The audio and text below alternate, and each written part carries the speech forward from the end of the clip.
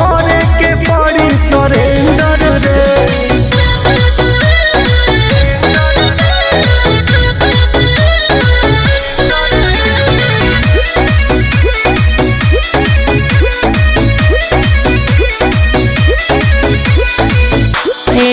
चल से बढ़िया ताहर कमना के करे